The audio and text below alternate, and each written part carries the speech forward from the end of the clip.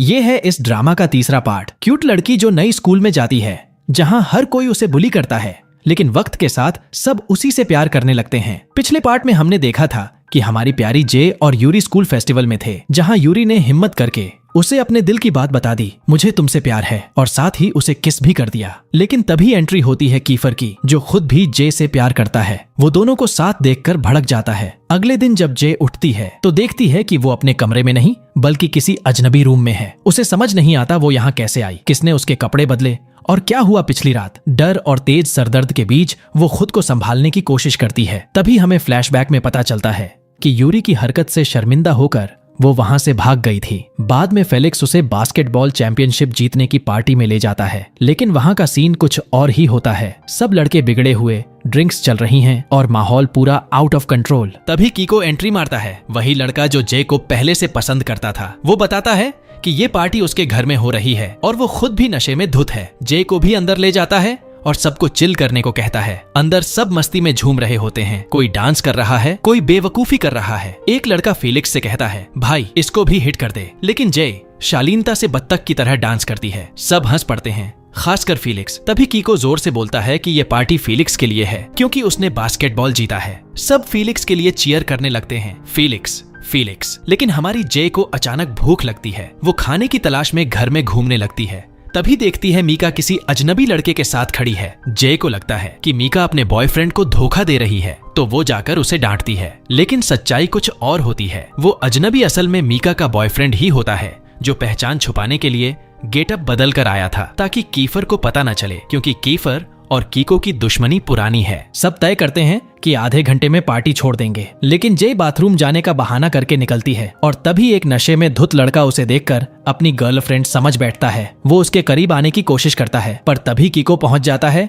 उसे बचाता है और कहता है, ऐसे पार्टी में अकेली घूम रही हो, लोग क्या कहेंगे। मेरी पार्टी में आई और अकेली चली गई। वो उसकी फिक्र का बहाना बनाकर उसे अपने साथ टहलाने ले जाता है। धीरे धीरे उसे बार बार ड्रिंक ऑफर करता है और आखिरकार जे मजबूर होकर पी लेती है। वो फेलिक्स को लेकर जाने की सोचती है, लेकिन तभी देखती है फेलिक्स जमीन पर गिरा हुआ है, बुरी तरह से पिटा हुआ। तभी सबको पता चलता है कि ये एक ट्रैप था, इन्हें यहाँ फंसाने के लिए बुलाया गया था। फेलिक्स उसे कहता है, जय भाग जाओ, ये हमारे साथ प्लान किया गया है। लेकिन इससे पहले कि जय कुछ करे, उसे चक्कर आने लगते हैं और वो बेहोश हो जाती है। कीको हंसते हुए उसे उठाकर ले जाता है और तभी हमें पता चलता है कि उसने जय की ड्रिंक में कुछ मिला दिया था। तभी दूसरी तरफ कीफर और यूरी आगबूला होकर पार्टी की तरफ दौड़ते हैं। वहां उन्हें मीका और बाकी दोस्तों से पता चलता है कि कीको ने जे को किडनैप कर लिया है। उसी वक्त जे का कजिन अपनी गर्लफ्रेंड के साथ पार्टी पर पहुंचता है, जहां वो फेलिक्स को जमीन पर पड़ा देखता है। फेलिक्स आखिरी सांसों में कहता है, तुम्हारी कजिन खतरे में है, जल्दी जाओ। ये सुनते ही उसका कजिन आगबूला हो जाता है, पार्टी में सबको पीट देता है और पता चलता है कि जय ऊपर वाले फ्लोर पर है। वो अपनी गर्लफ्रेंड से कहता है, तुम भागो, मैं उसे बचाने जा रहा हूँ। इसके बाद कीफर और उसके दोस्तों की एंट्री होती है। वो सब उस जगह पहुंचते हैं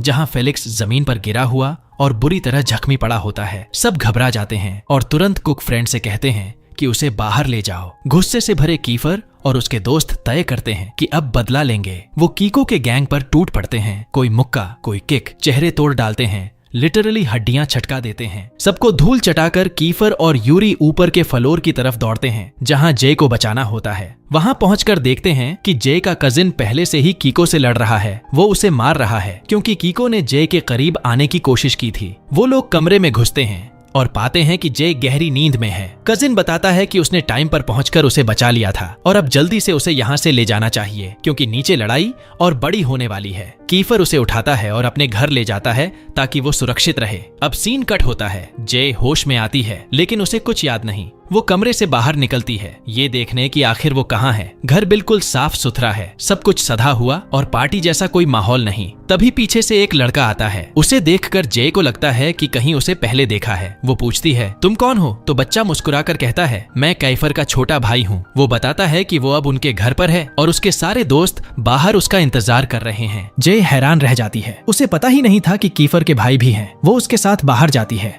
जहाँ सब उसे देखकर खुश हो जाते हैं कि वो अब ठीक है।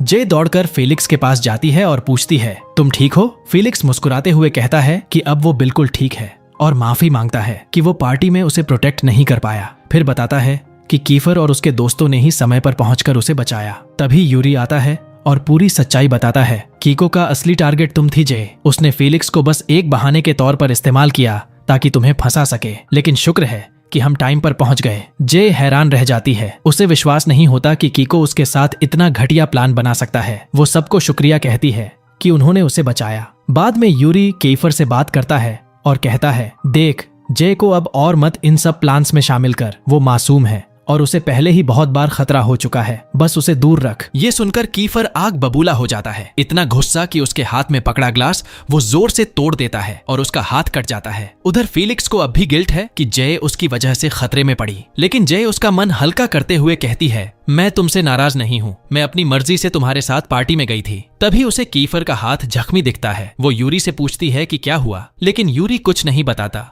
और उसे साथ लेकर नाश्ते की टेबल पर चला जाता है। वहां कीफर का छोटा भाई बहुत प्यारे तरीके से जे को कुर्सी खींच कर देता है। जे सोचती है, वाह, ये तो अपने भाई से बिल्कुल अलग है। तभी एक और छोटा बच्चा आता है और जे को पता चलता है कि वो कीफर का तीसरा भाई है, शरारती लेकिन बहुत क्यूट। वो कीफर से मजाक में कहता है, भाई तुम्हारी गर्लफ्रेंड तो बहुत खूबसूरत है। ये सुनकर सब हंस पड़ते हैं, बिल्कुल वैसा ही सीन जैसा कभी खुशी कभी गम में होता है, जब पूरा घर हंसी और शरारतों से गूंज उठता है। उधर जय अब भी थोड़ा नर्वस है। वो कहना चाहती है कि उसे घर जाना चाहिए वरना उसका कजिन परेशान हो जाएगा, लेकिन कीफर कहता है, उसे पता है कि तुम यहाँ हो, चिंता मत करो। ये सुनकर जय चैन की सांस लेती है और सबके साथ बैठकर खाना खाती है। माहौल पूरा फैमिली जैसा हो जाता है, हंसी मजाक, बातें और गर्मजोशी। फिर सब साथ स्कूल पहुंचते हैं, जहां टीचर क्लास को अलविदा कहती है क्योंकि आज सेमेस्टर का आखिरी दिन है और सबको छुट्टी मिलती है। जय बेहद खुश होती है। वो CIN से पूछती है कि उसके एग्जाम कैसे गए, तो वो बड़े कॉन्फिडेंस से कहता है, बहुत अच्छे, इस बार टॉप करूंगा। लेकिन जय को यकीन नहीं होता। वो कहती है, हाँ, अपने सपनों में। पर CIN को पूरा यकीन था। वो कहता है, चलो फिर एक डील करते हैं। अगर मेरे परफेक्ट मार्क्स आए तो तुम्हें बताना होगा कि तुम्हें कौन पसंद है और तुम्हें सबके सामने उसे किस भी करना होगा। लेकिन अगर नहीं हुए तो जो तुम कहोगी मैं वो करूंगा। जय को ये चैलेंज थोड़ी ऑकवर्ड लगती है, लेकिन अंदर से वो कॉन्फिडेंट है कि सामने वाला लड़का फेल ही होगा, तो वो एक्सेप्ट कर लेती है। फिर रात को दोनों साथ पहुंचते हैं हैलोवीन पार्टी में और जैसे ही पार्टी शुरू होती है, CN अपनी चाइल्ड लाइक नेचर दिखा देता है। जय को छोड़कर छोटे बच्चों के साथ खेलने लग जाता है। हमारी जय ये देखकर हैरान रह जाती है। तभी कीफर का छोटा भाई उसे देख लेता है और थोड़ा टांग खींचने वाले मूड में उसके पास आता है। वो जय से उसकी कैंडीज छीन लेता है, लेकिन तभी कीफर आकर गुस्से में उसे डांट देता है, शर्म कर, मैंने तुझे ऐसे नहीं पाला। उसका भाई पलट कर कहता है, भाई तूने पाला ही कब है, मैं तो खुद से बड़ा हुआ हूँ। इस जवाब पर जय जोर से हंस देती है और बोलती है, सही कहा, तू तो अपने भाई पर ही गया है। फिर वो उसे कैंडीज दे देती है ताकि वो नाराज ना हो। थोड़ी देर बाद CN आता है और हाँ, ये जनाब भी किसी बच्चे से कैंडीज चुरा कर लाए हैं। तभी एक लड़का CN से बहस करने लगता है, लेकिन जैसे ही वो जय को देखता है बस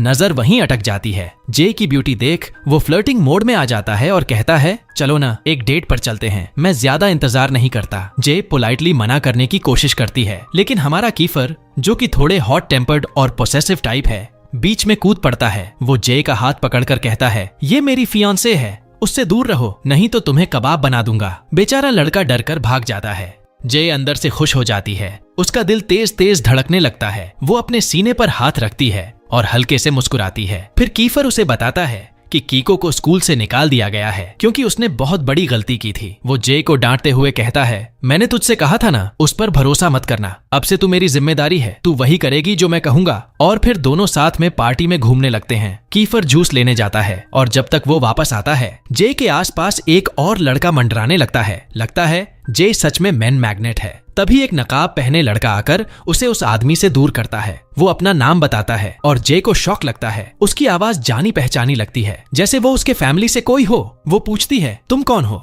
लेकिन वो सिर्फ उसका नंबर लेकर मुस्कुराता है और कहता है, मैं कॉल करूंगा, और चला जाता है। तभी कीफर लौट आता है और दोनों साथ बैठते हैं। कीफर नोटिस करता है कि जय मूड में नहीं है, तो पूछता है, क्या तुम मुझ पर जेलस हो? जय शर्माते हुए गुस्से में कहती है, कौन जेलस? मैं? प्लीज, कोई तुम्हें देखेगा भी क्यों, और मुझे क्या फर्क पड़ता है? लेकिन तभी एक लड़की कीफर के पास आती है और कहती है, क्या तुम मेरे साथ डांस करोगे? जय के अंदर आग लग जाती है। वो लड़की के बाल खींचने का सोचती है, मगर खुद को रोक लेती है। कीफर हाँ कह देता है, लेकिन जय को भी साथ खींच लेता है। चलो तुम भी डांस करो। जय डांस फ्लोर पर ऐसे मस्ती से नाचती है जैसे कोई परवाह ही नहीं, और कीफर उसे देखकर हंस पड़ता है। फिर म्यूजिक बदलता है। अब बजती है एक स्लो रोमांटिक धुन। काइफर मौका पकड़ लेता है, जे का हाथ थाम लेता है, धीरे से उसे अपनी ओर खींचता है और उसकी आंखों में देखने लगता है। जे का दिल जोर जोर से धड़कने लगता है, चेहरा लाल हो जाता है, लेकिन वो खुद को रोक नहीं पाती। वो भी उसकी बाहों में आ जाती है। दोनों उसी म्यूजिक पर खो जाते हैं, जैसे वक्त ठहर गया हो। उस पल में जे को सारे मोमेंट्स याद आ जाते हैं जब कीफर उसके साथ था, और उसे एहसास होता है कि वो उससे प्यार करने लगी है।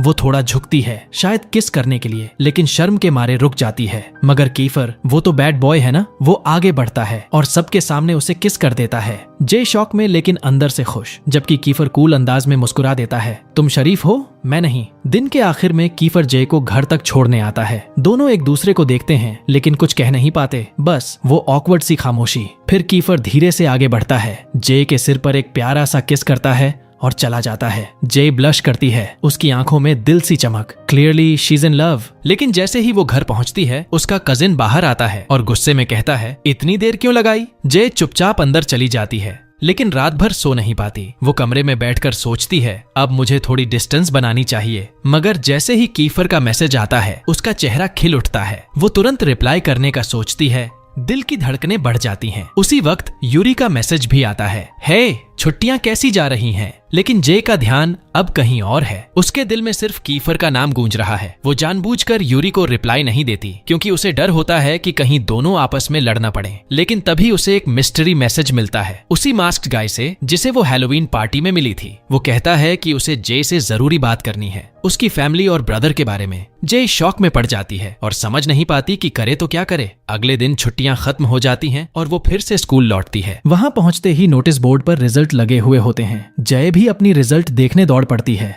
लेकिन सामने स्टूडेंट्स की इतनी भीड़ होती है कि वो पास तक नहीं जा पाती। तभी उसका एक क्लासमेट कहता है, थोड़े पैसे दे दो, मैं तुम्हें रिजल्ट दिखा दूं। जे मान जाती है और वो लड़का अपनी ताकत लगाकर भीड़ को धकियाते हुए उसके लिए रास्ता बना देता है। जे अपनी रिजल्ट देखकर खुश हो जाती है, लेकिन तभी उसे याद आता है सीएन के साथ किया गया बैट। वो क्यूरियोसिटी में उसकी रिजल्ट देखने जाती है और दंग रह जाती है। सीआईएन ने तो फुल मार्क्स ले लिए हैं। जे को झटका लगता है, क्योंकि इसका मतलब वो बैट हार चुकी है। वो डर के मारे उससे बचने की कोशिश करती है, लेकिन किस्मत को कौन टाल सकता है। सामने से सीआईएन आ जाता है और उसे याद दिलाता है कि अब उसे अपना वादा निभाना होगा। जय हैरान होती है कि आखिर उसने ऐसा कैसे कर दिखाया, तो वो मुस्कुराते हुए कहता है, जब मैं किसी चीज के पीछे लग जाता हूँ तो उसे पूरा करके ही मानता हूँ। वो उसे कुछ दिन की मोहलत देता है और चला जाता है। थोड़ी देर बाद यूरी आता है और जे से पूछता है कि वो उसकी मैसेजेस का जवाब क्यों नहीं दे रही थी। जे झूठ बोलती है कि वो बिजी थी और क्लास में चली जाती है। वहां उसकी नजर कीफर पर पड़ती है। अचानक उसके दिल की धड़कनें तेज हो जाती हैं, क्योंकि उसे डर होता है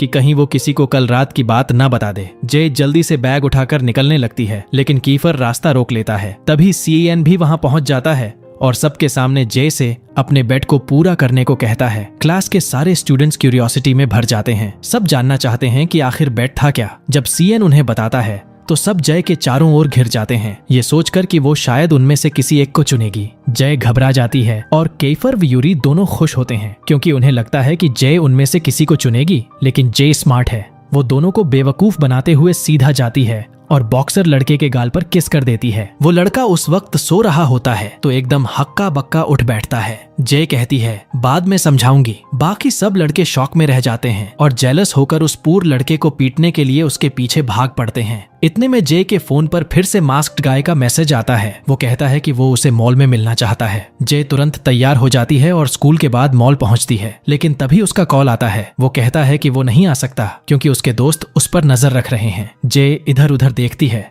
और सच में दूर से कीफर और बाकी स्टूडेंट्स उसे देख रहे होते हैं। मास्क्ड गाय तब अपनी पहचान बताता है, मैं फेलिक्स का भाई हूँ। जय शॉक में रह जाती है, क्योंकि सबको तो लगता था फेलिक्स का भाई मर चुका है। वो उससे पूछती है कि उसका भाई कहाँ है, तो वो कहता है, वो हमेशा तुम्हारे आसपास था, बस तुमने पहचाना नहीं। तुम्हारा फैमिली बहुत कुछ छिपा रहा है। फिर कॉल कट हो जाता है। जय डर और कंफ्यूजन में रोने लगती है। तभी कीफर और उसके दोस्त वहां पहुंचते हैं और पूछते हैं कि वो क्यों रो रही है। जे गुस्से में कहती है कि उन्हें हर वक्त उसकी प्राइवेट लाइफ में दखल देने की जरूरत नहीं है और बताती है कि फेलिक्स का भाई जिंदा है। सब हैरान रह जाते हैं, किसी को यकीन ही नहीं होता। कैफर उसे घर ले जाता है और अपनी पुरानी तस्वीरें दिखाता है जिसमें फेलिक्स का भाई भी होता है। जे तस्वीर देखते हुए इशारा करती है, हाँ वही है। सब हैरान रह जाते हैं और जे पूछती है कि आखिर उसे मरा हुआ क्यों समझा गया था। तभी यूरी सारा सच बताता है। जिस दिन हम सब स्कूल में नए थे, तुम्हारा कजिन हमारा दोस्त था। हम सब साथ में बीच गए थे। लौटते वक्त रात हो गई और हमारा एक्सीडेंट हो गया। मैं और कैफर गाड़ी से बाहर गिर गए, लेकिन तुम्हारा कजिन और फेलिक्स का भाई गाड़ी में फंस गए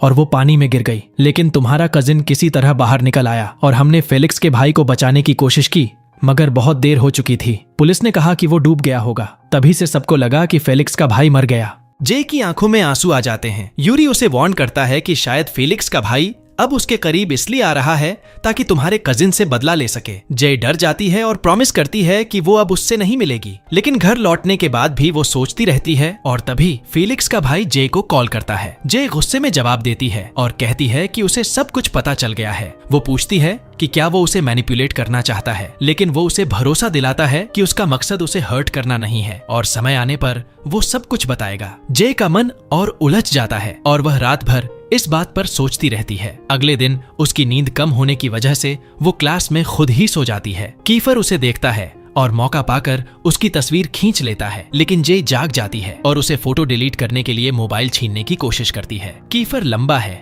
और जे छोटी, इसलिए वो स्ट्रगल करती है, लेकिन यूरी उन्हें देख लेता है और नाराज हो जाता है। आखिरकार जे सफल होती है, फोटो डिलीट कर देती है, लेकिन कीफर के फोन में उसकी एक्स गर्लफ्रेंड की तस्वीरें देखकर उसे जेलसी होती है। वो गुस्से में आ जाती है और सीट बदलकर यूरी के पास बैठ जाती है, लेकिन कीफर पीछा नहीं छोड़ता। दोनों टॉम और जेरी जैसे दौड़ते रहते हैं और अंत में जे मजबूर होकर उनके बीच में बैठ जाती है। तभी टीचर क्लास में प्रवेश करता है और यूनिवर्सिटी एडमिशन फॉर्म्स बांट देता है। क्लास के अंत में कीफर सो जाता है और जे मौका देखकर रिवेंज लेने का निर्णय करती है। वो मार्कर लेकर उसके चेहरे पर ड्रॉ करती है। जब कीफर उठता है, क्लासमेट्स हंसते हैं और वो खुद को मोबाइल में देखता है। गुस्सा हो जाता है और यूरी से जे को पकड़वाकर उसके चेहरे पर मूंछें बना देता है। फिर वो अपने दोस्तों के पीछे दौड़ता है जो उस पर हंस रहे थे। इसके बाद जे अपने क्लासमेट के पास जाती है जिसने उसे रिजल्ट देखने में मदद की थी। वो उसे पैसे उधार देती है और क्लासमेट खुश होकर वादा करता है कि जल्दी ही पैसे लौट आएगा। स्कूल के बाद जे घर लौटती है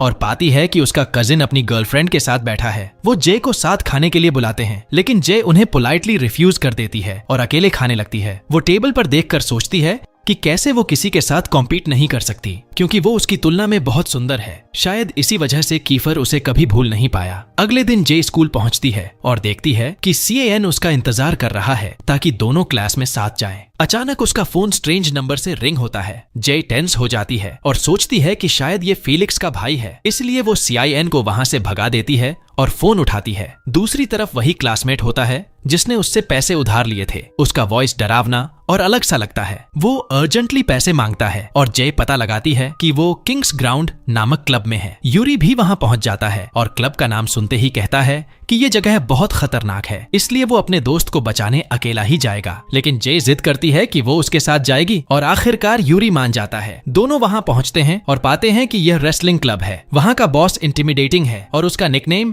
टाइगर है। वो बताता है कि उनके दोस्त ने बेट किया था और हार गया है, इसलिए अब उसे रेसलिंग मैच में भाग लेना होगा। यूरी चाहता है कि वो पैसे देकर दोस्त को बचा ले, लेकिन टाइगर रूल्स एक्सप्लेन करता है। यहाँ पैसे नहीं, ताकत चलती है। या तो वो लड़े या तुम उसकी जगह उतर जाओ। जे डर जाती है, यूरी को रोकने की कोशिश करती है, लेकिन यूरी के पास अब कोई दूसरा रास्ता नहीं होता। वो उसे भरोसा दिलाता है कि सब ठीक रहेगा और अपने दोस्त को कहता है कि जे का ख्याल रखे। फिर वो रिंग में उतरता है। लड़ाई शुरू होती है। यूरी और उसका प्रतिद्वंदी एक दूसरे पर जोरदार हमले करते हैं। पहले यूरी उसे हिट करता है, लेकिन अचानक फिसल जाता है। उसका विरोधी मौका पाते ही उस पर टूट पड़ता है और एक पंच में उसका जबड़ा तोड़ देता है। जय डर के मारे रोने लगती है, चिल्लाती है, यूरी उठो, हार मत मानो। उसकी आवाज सुनकर यूरी फिर से खड़ा होता है, जैसे जय की हिम्मत उसकी ताकत बन गई हो। वो पूरे जोश में फिर से हमला करता है और आखिरकार मैच को पलट देता है। वो सिर्फ जीतता नहीं, मैदान का हर कोना हिला देता है। आखिरकार वो है ही एक बैड एज हस्बैंड। इसी बीच कीफर वॉरिड होता है और डिमांड करता है कि जे का पता लगाया जाए। सबसे पहले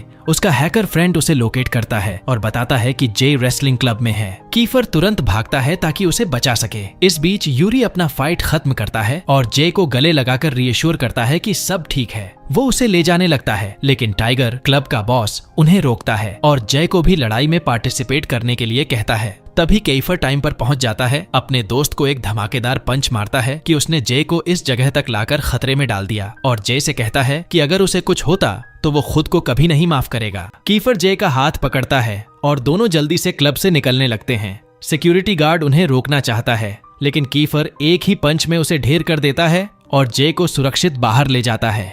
यूरी दूर से उन्हें देखता है, घबराया हुआ, क्योंकि वो जे से बहुत प्यार करता है और उसे लगता है कि वो उसकी पकड़ से दूर हो गई। अगले दिन यूरी एक काफे में बैठा होता है जहां उसने जे से मिलने का प्लान बनाया हुआ था। वो फ्लैशबैक में सोचता है जब अम्यूजमेंट पार्क में उसने गर्ल्स से परमिशन मांगी थी कि जे को पहले राइड में जाने दे, क्योंकि उसी पल वो अपनी फीलिंग्स कन्फेस करने का प्लान कर रहा था। वो जे को हंसते हुए देखता है और उसकी मुस्कान देखकर साफ था कि वो उससे कितना प्यार करता है। अब जब वो अपनी यादों से बाहर आता है तो उसके हाथ में रोज और रिंग होती है जो वो जे को देने के लिए रेडी है। स्कूल पहुंचकर जे इधर उधर देखती रहती है जैसे किसी की तलाश में हो। अचानक उसे कीफर दिखाई देता है और वो खुशी से चमक उठती है। वह नोटिस करती है कि कीफर ने कान में हुप इयररिंग्स पहने हैं जो सनलाइट में चमक रहे हैं। जे उनकी तरफ देखती है और कीफर सोचता है कि जे उसे इसलिए देख रही है क्योंकि वो उस पर फिदा है। वो उसके पास आता है और थोड़ी टीजिंग करता है, लेकिन जे शर्म से लाल हो जाती है और झल्लाकर उसे छोड़कर चली जाती है। मुंह में बड़बड़ाते हुए उसे गालियां देती है। कीफर उसे वॉल में कॉर्नर कर देता है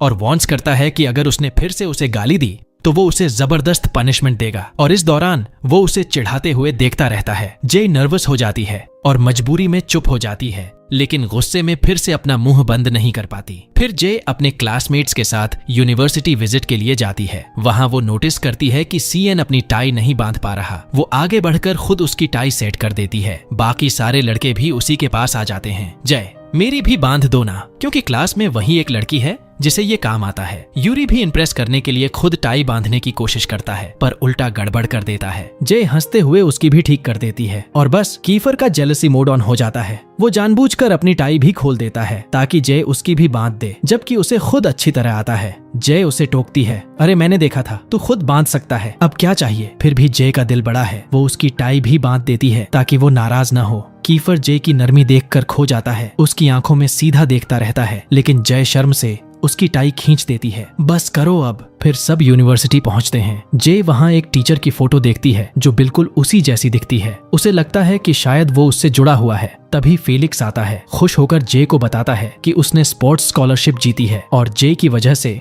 उसका सपना पूरा हुआ। जे उसे कांग्रेचुलेट करती है और दोनों साथ बैठते हैं। तभी कीफर आता है, फेलिक्स को हटाकर खुद जे के बगल में बैठ जाता है। अब जे दोनों के बीच फंसी हुई है, एक तरफ कीफर, दूसरी तरफ यूरी। क्लास खत्म होते ही सब बस में बैठने निकलते हैं। रास्ते में जे उसी प्रोफेसर को देखती है जो उसकी तरह दिखता था। वो उसके फोन में वही पुरानी तस्वीर पाती है जिसमें वो छोटी थी, और तभी उसे एहसास होता है कि वही उसका फादर है। जे रोते हुए उसके पास जाती है, पापा कहती है। वो उसे देखकर सन्न रह जाता है और फिर उसे कसकर गले लगाता है और कहता है, मैं इस पल का सालों से इंतजार कर रहा था। वो अपनी गलती के लिए माफी मांगता है। तभी उसका कजिन पहुंचता है, जे को उनसे अलग करता है और उसके पिता को धमकाता है कि अगर उसने जे के पास फिर आने की कोशिश की तो वो पुलिस को बुला लेगा। वो उन्हें पुराने समझौते की याद दिलाता है और जे के पापा टूट जाते हैं। आखिरकार वे उसे छोड़ देते हैं और चुपचाप वहां से चले जाते हैं। जे फूट फूट कर रोने लगती है। वो कुछ भी समझ नहीं पा रही थी। कीफर गुस्से में आ जाता है और जे के कजिन से झगड़ पड़ता है,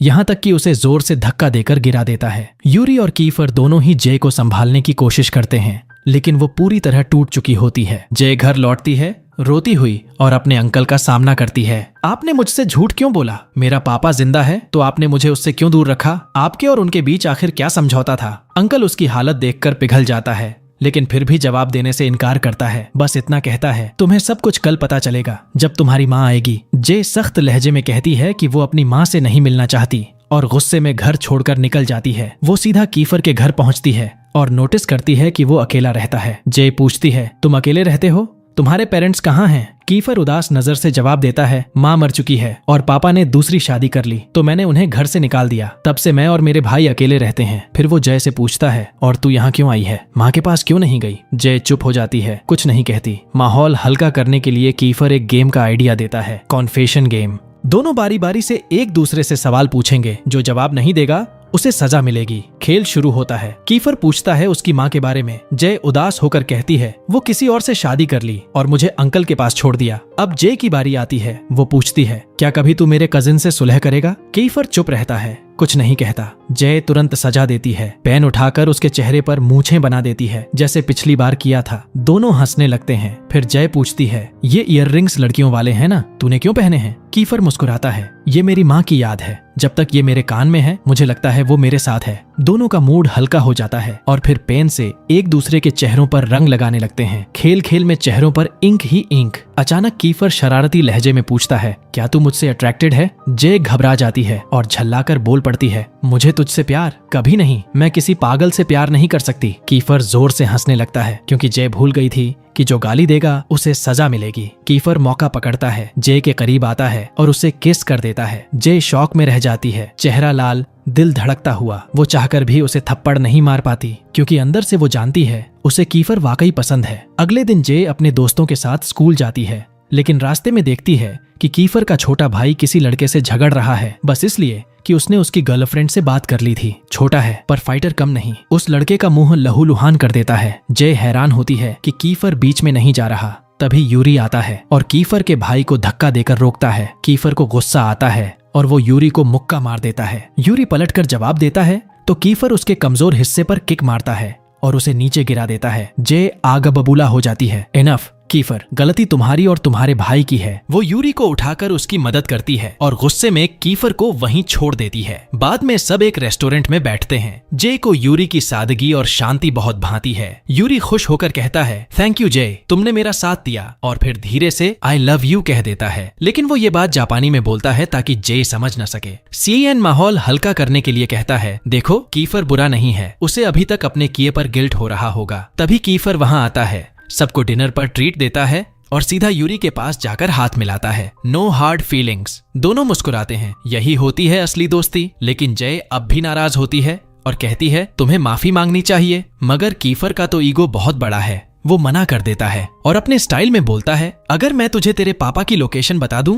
तो माफ कर देगी? जय के चेहरे पर मुस्कान लौट आती है। डील, अब तो मैं तुझसे कभी नहीं लड़ूंगी, अगली बार तेरे ही साइड रहूंगी। उधर जय का अंकल अपने परिवार के साथ बैठा बिजनेस की बात कर रहा होता है। कंपनी पर भारी कर्ज है और दिवालिया होने का खतरा मंडरा रहा है। तभी जय वहां आती है लेकिन सब उसे टाल देते हैं और कहते हैं कि थोड़ा आराम कर लो। जय के जाने के बाद अंकल कहता है हमें किसी अमीर की मदद चाहिए। यूरी के दादाजी हमारी कंपनी को बचा सकते हैं, इसलिए जय को यूरी से सगाई करनी होगी। अगले दिन स्कूल में यूरी जय से मिलने आता है और उसे लंच के लिए इनवाइट करता है ताकि उसकी मदद के लिए शुक्रिया कह सके। जय मान जाती है और दोनों उसी कैफे में जाते हैं जहां पिछली बार यूरी जय का इंतजार कर रहा था। लेकिन इस बार जय का दिमाग कहीं और खोया हुआ था। वो बस अपने पिता के बारे में सोच रही थी। यूरी नोटिस करता है कि वो बिल्कुल ध्यान नहीं दे रही। थोड़ा सा उदास होकर कहता है तुम मेरे साथ भी हो फिर भी कहीं और खोई हुई हो। जय तुरंत माफी मांगती है और उसके गाल पर हाथ रखती है और कहती है सॉरी, अब नाराज मत हो। यूरी का चेहरा लाल पड़ जाता है, एकदम उसके बालों के रंग जैसा।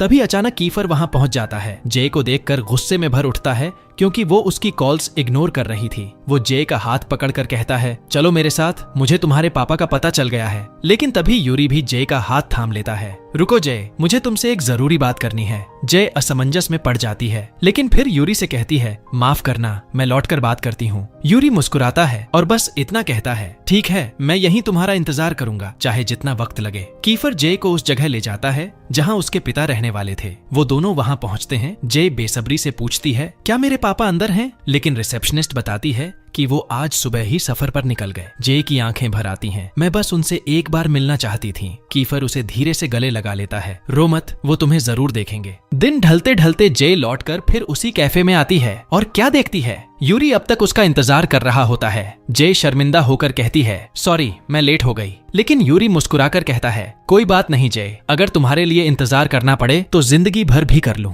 फिर वो हिम्मत जुटाता है, एक गुलाब और एक अंगूठी निकालता है और कहता है जय, मैं तुमसे प्यार करता हूँ, मैं तुम्हें प्रपोज करना चाहता हूँ। मैं वादा करता हूँ कि हमेशा तुम्हें खुश रखूंगा, लेकिन मैं चाहता हूँ कि तुम सोचकर जवाब दो। इतना कहकर वो चला जाता है ताकि जय पर कोई दबाव न पड़े। जय सन्न रह जाती है। उसके मन में खुशी, झिझक और उलझन सब एक साथ उमड़ आते हैं। घर लौटकर जे के मन में वही बातें घूम रही होती हैं। तभी उसके अंकल की बीवी अंदर आती है और जे के पास पड़ी अंगूठी देख लेती है। वो मुस्कुराकर जे से कहती है, किसी ने तुम्हें ये दी है तो फिर वो सच में तुमसे प्यार करता है, क्योंकि ये अंगूठी तुम्हारे साइज की है, बहुत सोच समझकर चुनी गई है। फिर सलाह देती है, जवाब देने से पहले दिल से सोच लेना। जे थोड़ा भावुक हो जाती है, लेकिन मन और उलझ जाता है। इसी बीच जे की माँ का फोन आता है। वो बताती है कि मैं दोबारा शादी करने वाली हूँ और चाहती हूँ तुम शादी में आओ। जे भड़क जाती है, आपको अब याद आई मैं आपकी बेटी हूँ? आपने तो मुझसे पापा के बारे में भी कुछ नहीं बताया, और गुस्से में फोन काट देती है। अगले दिन जे नोटिस करती है कि अंगूठी गायब है। वो नौकरानी से पूछती है, लेकिन फिर देखती है कि उसके कजिन के हाथ में वही रिंग है। वो बताता है कि उसे पता है ये रिंग सेक्शन ई के किसी लड़के ने दी है, और कहता है कि उनसे दूर रहो, वो हमारे लेवल के नहीं है। फिर प्रस्ताव रखता है, अगर तुम उनसे रिश्ता तोड़ दो तो मैं तुम्हारी मदद करूंगा तुम्हारे पापा से मिलने में, और तुम्हें सेक्शन ए यानी अमीरों के ग्रुप में ले जाऊंगा। जे हैरान रह जाती है, एक तरफ दिल, एक तरफ उम्मीद, और बीच में उसका खुद से सवाल, सही क्या है? अगले दिन स्कूल में सब न्यू ईयर की तैयारी में लगे होते हैं। जे खुश हो जाती है, सब एक साथ काम कर रहे होते हैं जैसे एक परिवार। वो भी मदद करने लगती है। तभी उसकी नजर कीफर के लॉकर पर पड़ती है, जहां एला नाम लिखा होता है। जे के दिल में जलन उठती है, लेकिन कीफर खुद जाकर वो नाम मिटा देता है। वो सब अब अतीत है। जे, अब मैं सिर्फ आज में जीता हूँ। जे मुस्कुरा देती है। उसे कीफर का ये बदला हुआ रूप बहुत अच्छा लगता है। उसी वक्त यूरी आता है। जे को सजावट लगाते हुए देखता है। क्योंकि वो नन्ही सी है, इसलिए ऊपर तक नहीं पहुंच पा रही। वो पास आकर उसकी मदद करता है। जे को एक अजीब सी धड़कन महसूस होती है। दिल दोनों के लिए धड़क रहा है, लेकिन समझ नहीं पा रही कि किसके लिए ज्यादा। वो अपनी क्लास के बाकी दोस्तों को देखती है, जो सब मिलकर हंस रहे होते हैं। जे की आंखें नम हो जाती हैं। उसे लगता है यही तो मेरा असली परिवार है। कीफर उसे देखता है, समझ जाता है कि कुछ गलत है। धीरे से कहता है, डोंट वरी जे, मैं हूं ना, जब तक मैं हूं कोई तुम्हें रुला नहीं सकता। जे उसके शब्दों से पिघल जाती है, मुस्कुराती है और थैंक यू कहती है। तभी यूरी दौड़ता हुआ आता है। कीफर, बाहर कुछ लड़के तुम्हें ढूंढ रहे हैं। लेकिन इस बार बात लड़ाई तक पहुंच गई है। कीफर बेपरवाह मुस्कुराता है, कोई बात नहीं, हम सब एक हैं, जो भी आएगा निपट लेंगे। लेकिन किसे पता था इस बार मुसीबत जे पर ही टूटने वाली है। स्कूल से निकलते वक्त वो उन लड़कों से टकरा जाती है जो कीफर से बदला लेने आए थे। वो जे को ही पकड़ लेते हैं। सोचते हैं कि वो बस एक मासूम सी प्यारी लड़की है, पर उन्हें क्या पता कि जे कोई गुड़िया नहीं, वो तो अंदर से शेरनी है। जे जब देखती है कि उन गुंडों ने उसे घेर लिया है तो अंदर की निंजा आत्मा फट से जाग जाती है। पल भर में वो उनसे भिड़ जाती है, एक एक करके सबको गिरा देती है। पर वो लोग ज्यादा थे। आखिर में वो उसे जमीन पर गिरा देते हैं और कहते हैं, अपने दोस्तों को बुलाओ वरना अंजाम बुरा होगा। लेकिन जे डटकर कहती है, मैं कभी अपने दोस्तों से धोखा नहीं करूंगी। तभी एंट्री होती है हमारे हीरो कीफर की, पूरे सेंटा क्लॉज के ड्रेस में। लेकिन ये सेंटा तो गिफ्ट नहीं, पंच बांटने आया था। उसे जे को उस हालत में देखकर गुस्सा ऐसा आता है कि आंखों में आग भर जाती है। वो बिना सोचे सब पर टूट पड़ता है। एक को दाएं फेंकता है, दूसरे को बाएं, और बीच बीच में अपना सीक्रेट हथियार भी चलाता है और सेकंडों में सबको ढेर कर देता है। तभी वहां पहुंचते हैं यूरी और बाकी उसके दोस्त, और यूरी तो सीधे बोल देता है, जो भी जे के करीब आया अपनी मौत खुद लिख रहा है। सब मिलकर जे को संभालते हैं, उसे उठाते हैं और फिर साथ में वापस क्लास लौटते हैं ताकि न्यू ईयर का जश्न जारी रख सकें। जे सबको देख मुस्कुराने लगती है क्योंकि सबने पार्टी के लिए कॉस्ट्यूम्स पहने हुए हैं। कीफर बैग उठाता है और सेंटा बनकर सबको गिफ्ट बांटने लगता है। फिर शुरू होती है डांस परफॉर्मेंस। सबसे पहले सीएन डांस करता है और बाकियों को भी बुलाता है। जब जे की बारी आती है वो थोड़ा थकी हुई महसूस करती है और कहती है, कोई मेरी जगह डांस करे। तभी यूरी हाथ उठाता है, लेकिन कीफर को जलन हो जाती है और वो खुद आगे बढ़कर कहता है, मैं करूंगा। फिर सब मिलकर गेम खेलने लगते हैं जिसमें जो पहले हिलेगा वो हारेगा। जे की निगाहें कीफर पर अटकी रहती हैं और जब उसकी दोस्त मीका उसे देखती है तो पूछती है, तुम्हें कीफर पसंद है क्या? जे शर्मा जाती है और मना करती है, लेकिन मीका मुस्कुरा देती है क्योंकि उसकी नजरों ने सब बयां कर दिया था। गेम खत्म होने के बाद सब खाने बैठते हैं। जे नोटिस करती है कि यूरी अकेला बैठा उदास है। वो उसके पास जाती है, मुस्कुराकर माहौल हल्का करती है और कहती है, वैसे वो रिंग बहुत खूबसूरत थी, मुझे सच में पसंद आई। यूरी के चेहरे पर खुशी लौट आती है और वो जानबूझकर मजाक करने लगता है ताकि अपनी उदासी छुपा सके। लेकिन कीफर उन्हें साथ देखकर फिर से जलने लगता है, भले ही जे का दिल उसी की तरफ झुक रहा हो। तभी क्लास में हंगामा मच जाता है। कोई चिल्लाता है, भाई चिकन कौन खा गया? सब एक दूसरे को शक से देखते हैं। जे सिचुएशन संभालती है, दोस्तों शायद चिकन किसी की प्लेट में ही रह गया होगा। वो सबकी प्लेट चेक करती है लेकिन चिकन गायब। फिर जब वो देखती है कि CIN वहां नहीं है तो उसे ढूंढने लगती है और क्या देखती है, वो मेज के नीचे छुपकर पूरा चिकन अकेला खा रहा होता है। जय हंसते हंसते लोटपोट हो जाती है। सीआईएन शर्मिंदा होकर कहता है, माफ करना जय, चिकन ने मुझे बहका दिया, इतना जूसी था कि खुद पर काबू नहीं रख पाया। सब हंस पड़ते हैं। तभी उनका दोस्त शेफ अंदर आता है और बाहर के रेस्टोरेंट से ढेर सारा खाना लेकर आता है और पूरा ग्रुप फिर से जश्न में डूब जाता है। इसके बाद बॉक्सर जय को एक गिफ्ट देता है, एक नेकलेस जिस पर उसका नाम लिखा होता है। जय खुश होकर थैंक्स बोलती है, लेकिन बाद में पता चलता है कि असली गिफ्ट देने वाला कोई और था, फेलिक्स का भाई। खाना खत्म होते ही सब जय को जबरदस्ती डांस के लिए स्टेज पर खींच लाते हैं। केफर को भी बुलाया जाता है, लेकिन वो मना कर देता है, बस जय को डांस करते हुए देखता रहता है। उसकी हंसी, उसकी चमकती आंखें, सब देखकर उसके दिल में एक नई उम्मीद जग जाती है। डांस खत्म होने पर सब जय को उठाकर ऊपर उछालते हैं। हंसी खुशी में पूरा माहौल रोशन हो जाता है। फिर यूरी गिटार उठाता है और जय की तरफ देखकर एक प्यारा सा सॉन्ग बजाने लगता है। उसकी नजरों में बस जय ही होती है। कीफर के अंदर जलन की आग सुलगती है, पर वो छुपा लेता है। जय उसकी बेचैनी महसूस करती है और माहौल बदलने के लिए नया गेम सजेस्ट करती है। चलो एक फन कंपटीशन खेलते हैं, विश गेम। पहला टास्क होता है चॉकलेट लाओ। तो उनका शरारती दोस्त मीका को पकड़कर कहता है, लो भाई मेरी चॉकलेट यहीं है। और पूरा ग्रुप हंसी से लौटपोट हो जाता है और सब जोर से हंस पड़ते हैं। माहौल इतना मस्ती भरा हो जाता है कि कीफर भी थोड़ा मस्ती में आता है। जब बारी आती है कुछ प्यारा लाओ की, तो कीफर मुस्कुराता है, जय को उठाता है और बोलता है, इससे ज्यादा प्यारा क्या होगा। जय का चेहरा लाल हो जाता है, पर सब ताली बजाने लगते हैं। फिर वो उसे गिफ्ट देता है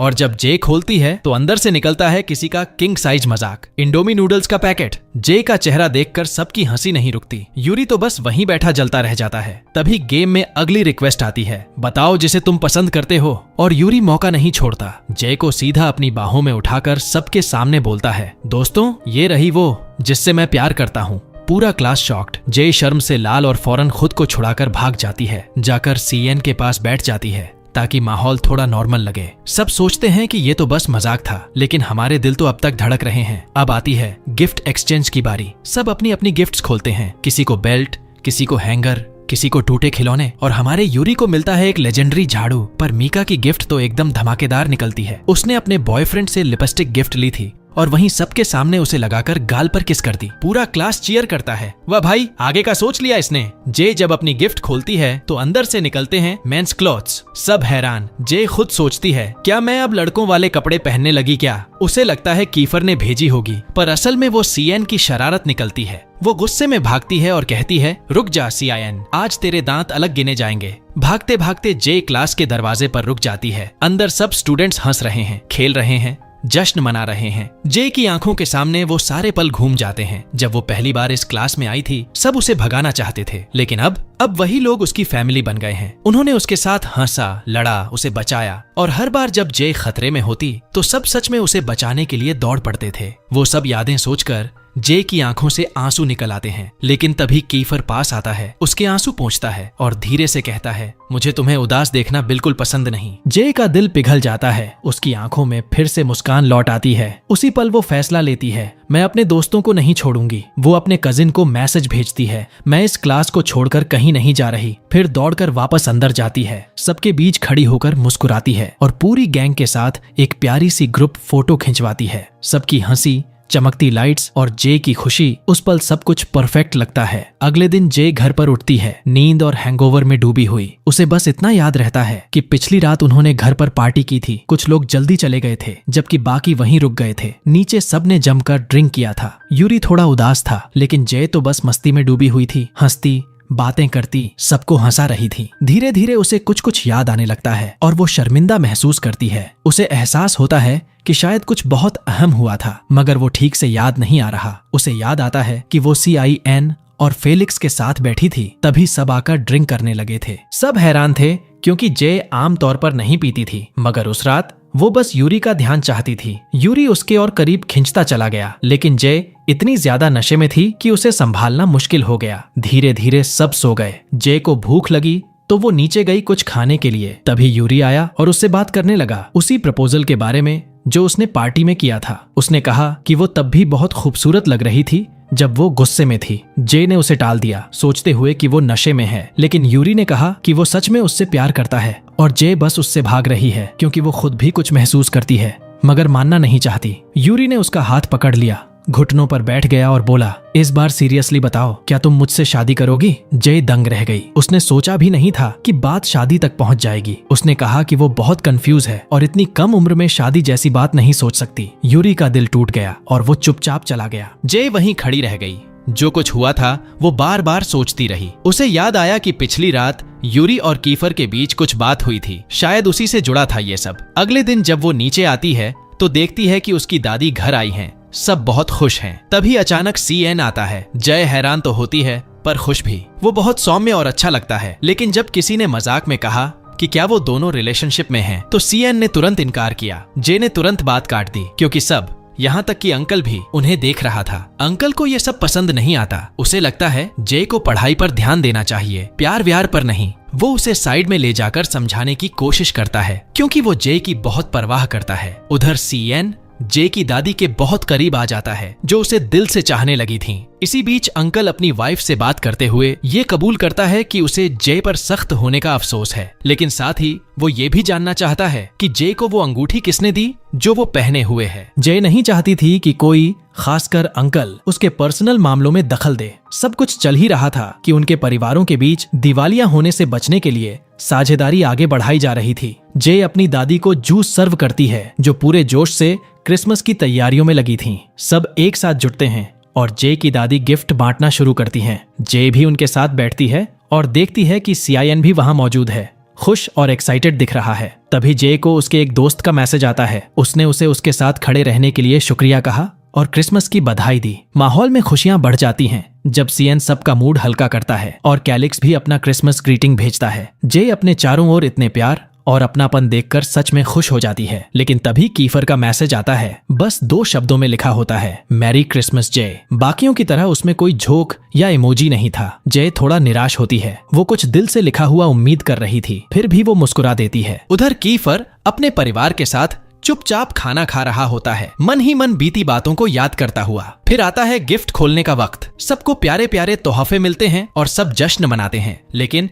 जब जय अपना गिफ्ट खोलती है तो उसमें एक सफेद ड्रेस निकलती है, बेहद खूबसूरत पर हैरान कर देने वाली। वो समझ नहीं पाती कि इसका क्या मतलब है और बाकी सब भी सोच में पड़ जाते हैं कि जय की रिएक्शन क्या होगी। आखिर वो अभी इतनी छोटी है। 1 हफ्ता बीत जाता है और जय कहीं नजर नहीं आती। उसकी आंटी और दादी उसे देखने की तैयारी करती हैं, लेकिन तभी जय खुद सामने आ जाती है, उसी सफेद टाइट ड्रेस में। सब हैरान रह जाते हैं। अंकल को तुरंत कुछ महसूस होता है। वो पहले से ज्यादा बेचैन लगने लगता है, लेकिन जय को समझ नहीं आता कि वो ऐसा क्यों बर्ताव कर रहा है। फिर आता है न्यू ईयर ईव, खासकर हनामिची होटल में होने वाली बड़ी पार्टी। यूरी को यकीन था कि जय वहां जरूर आएगी। पार्टी शुरू होती है और सब यूरी के परिवार से मिलते हैं। जय को सबके सामने इंट्रोड्यूस किया जाता है। वो कोशिश करती है कि वो नॉर्मल दिखे। तभी उसकी नजर कीफर पर पड़ती है। उसे देखते ही उसका चेहरा खिल उठता है, लेकिन कीफर का लहजा ठंडा और दूर होता है, जैसे अब वो पहले वाला नहीं रहा। जय थोड़ा असहज होकर ड्रिंक लेने जाती है। तभी सिंगर का परफॉर्मेंस शुरू होता है। गाना वही होता है जो कभी कीफर ने जय के लिए गाया था। वो पल जय के दिल को गहराई तक छू जाता है। उसे एहसास होता है कि कीफर ही वो इंसान है जो उसे सबसे ज्यादा समझता है। जय खुद को रोक नहीं पाती और ड्रिंक करने लगती है। तभी यूरी वहां आ जाता है और सबके सामने जय को फिर से प्रपोज कर देता है। जय के पैरों तले जमीन खिसक जाती है। अभी कुछ दिन पहले ही वो जापान से लौटा था और अब सबके सामने डांस के लिए हाथ बढ़ा रहा था। दोनों का डांस बहुत खूबसूरत होता है, लेकिन हवा में टेंशन भरी होती है। सबकी नजरें उन पर टिकी होती हैं। कीफर साइड में खड़ा सब देख रहा होता है, दिल टूटा हुआ। डांस के दौरान जय और यूरी दोनों के चेहरे पर मिली जुली भावनाएं होती हैं, खुशी भी, दर्द भी। कीफर को एहसास होता है कि वो फिर से उसे खो रहा है और अपने दर्द को शराब में डुबोता है, जबकि जय मुस्कुराने की कोशिश करती है जैसे सब ठीक है। डांस खत्म होता है, नया साल शुरू होता है और सब मिलकर यूरी का बर्थडे सेलिब्रेट करते हैं। जय स्टेज पर जाती है और उसे बर्थडे सॉन्ग गाती है। कीफर की आंखों में आंसू होते हैं। कुछ देर बाद सच्चाई सामने आती है। दोनों परिवारों की पार्टनरशिप अब तय हो चुकी है और जय और यूरी को एक कपल के रूप में पेश किया जाता है। सब जश्न मना रहे होते हैं, लेकिन जय के अंदर तूफान चल रहा होता है। उसे लगता है जैसे किसी ने उसके साथ धोखा किया हो। कीफर सैड है। जय कुछ समझ नहीं पा रही और उसे यूरी के साथ जबरदस्ती भेज दिया जाता है। उसका परिवार गिल्ट में है कि उन्होंने जय को इस बारे में पहले क्यों नहीं बताया, और साथ ही थोड़ा गुस्से में भी। उन्हें लगता है कि यूरी के परिवार ने उनकी कमजोरी का फायदा उठाया। कीफर और जे दोनों टूट चुके हैं, लेकिन यूरी खुश है क्योंकि उसे आखिर वो लड़की मिल गई जिससे वो बरसों से प्यार करता था। जे बाहर से नॉर्मल दिखने की कोशिश करती है, लेकिन अंदर से वो बिखर चुकी है। उसे पता चलता है कि सब, यहाँ तक कि उसका परिवार और दोस्त भी इस एंगेजमेंट के बारे में पहले से जानते थे। अकेली और टूटी हुई जे पार्टी से रोते हुए निकल जाती है। उसे यकीन ही नहीं होता कि क्या ये सब सच है या कोई बुरा सपना। शादी का फैसला कैसे हो गया और उसे किसी ने बताया तक नहीं। बाहर अंकल उसे रोते हुए देखता है। वो कबूल करता है कि उसे सब समझाना था, मगर मौका नहीं मिला। उसकी आवाज में अफसोस झलकता है। वो कहता है, हमारे पास कोई और रास्ता नहीं था जय। हमारे परिवार का बचना इसी पार्टनरशिप पर निर्भर था। जय की आंखें भर जाती हैं और वो बस खामोशी से खड़ी रह जाती है, टूटे हुए दिल के साथ। अंकल जैसे इंसान से तो जय को सबसे ज्यादा उम्मीद थी कि वो उसकी जिंदगी के फैसले खुद नहीं करेगा। जय टूटे हुए लहजे में कहती है, हाँ मैंने बहुत गलतियां की हैं, सब कुछ ठीक करने की कोशिश में, लेकिन शादी के लिए मुझे मजबूर करना। मैं अभी बच्ची हूँ, मुझे पढ़ना है, काम करना है, अपनी जिंदगी खुद जीनी है। सब उसे समझाने लगते हैं कि शादी अभी नहीं होगी, बस एंगेजमेंट है, एक दूसरे को समझने का मौका। लेकिन जय के लिए वो अंगूठी उसकी उंगली पर नहीं, उसकी आजादी पर जंजीर लग रही थी। उसकी आंटी उसके दर्द को समझती है क्योंकि वो जानती है जय ये सब कभी नहीं चाहती थी, मगर बाकी सबको लगता है यही उसके लिए सही है। सब कहते हैं बस सगाई है, बड़ी बात नहीं, लेकिन जय के लिए ये दुनिया का सबसे बड़ा बोझ था। कोई अंकल को दोष नहीं देता। सब कहते हैं कंपनी डूब रही थी और यही एक रास्ता था उसे बचाने का। अब कीफर को सब सच पता चल चुका है और अंदर से वो जानता है कि वो जय को दोबारा खोना नहीं चाहता, लेकिन अगर वो ठहरा तो उसे यूरी और सबके साथ रिश्ता तोड़ना पड़ेगा। इसलिए वो एक कदम पीछे हट जाता है। फिर भी जब उनका गाना बजता है तो उसका दिल टूट जाता है। वो खुद से कबूल करता है कि वो हमेशा अपने पिता जैसा बनने से डरता था, ठंडा, कठोर और निष्ठुर। पर उसने कभी नहीं सोचा था कि वो अपनी माँ जैसा प्यार करेगा, पागलपन से, बेझिझक, बस दिल से। और अब चाहे जो हो, वो जय को फिर कभी जाने नहीं देगा। वो सीधे उसके सामने पहुंचता है। जय घबरा जाती है और पीछे हटने की कोशिश करती है, पर कीफर रुकता नहीं। वो सीधा पूछता है, क्या तुम यूरी से प्यार करती हो? जय के पास कोई जवाब नहीं होता। वो बस चुप खड़ी रहती है, आंखों में आंसू लिए।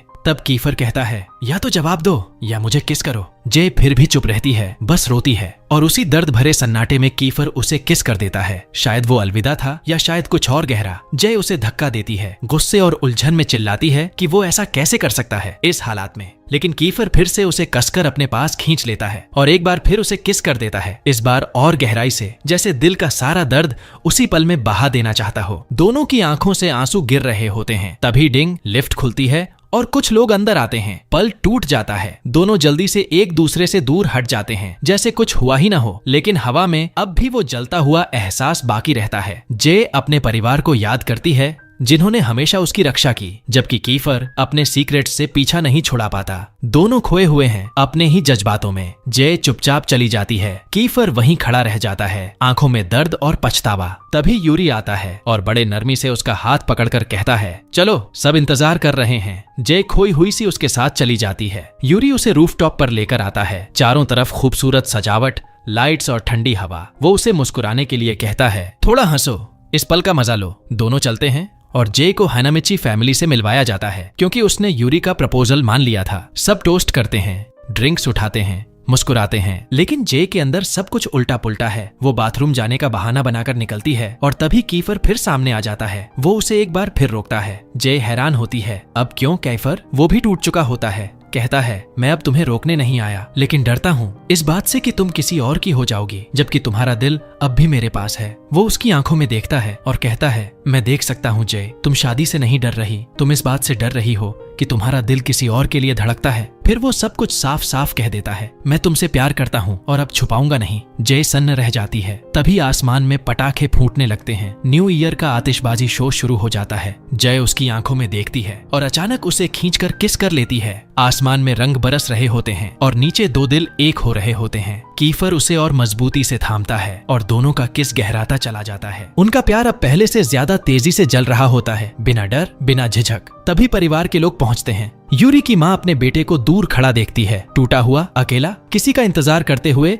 जो शायद अब कभी लौटकर ना आए। वहीं जय अब भी कीफर की बाहों में होती है और दोनों की आंखों से आंसू गिरते हैं, लेकिन इस बार खुशी के, बिना यूरी के, बिना किसी स्पष्टीकरण के। जय को आखिर पता चल जाता है कि उसका दिल सच में किसका है और कीफर वो अब उसे रोकता नहीं, बस थामे रखता है। दोनों पूरी रात साथ रहते हैं, जबकि बाहर जश्न चलता रहता है और यूरी चुपचाप अकेला अपनी बिखरती ख्वाहिशों को देखता रहता है। और यहीं पर खत्म होता है इस सीरीज का सीजन 1। अब सवाल ये है, क्या जय हमेशा के लिए कीफर के साथ रहेगी या यूरी और परिवार की उम्मीदों के बीच फिर से फंस जाएगी? अगर आप भी जानना चाहते हैं आगे क्या होगा तो चैनल को जरूर सब्सक्राइब करो, बेल आइकन दबाओ ताकि कोई भी अगला वीडियो मिस ना हो जाए। यहाँ स्क्रीन पर तुम्हें कुछ और शानदार वीडियो मिलेंगे जो वाकई कमाल के हैं। तुम्हारा कीमती वक्त देने के लिए बहुत बहुत धन्यवाद। फिर मिलेंगे अगले वीडियो में एक नई कहानी के साथ।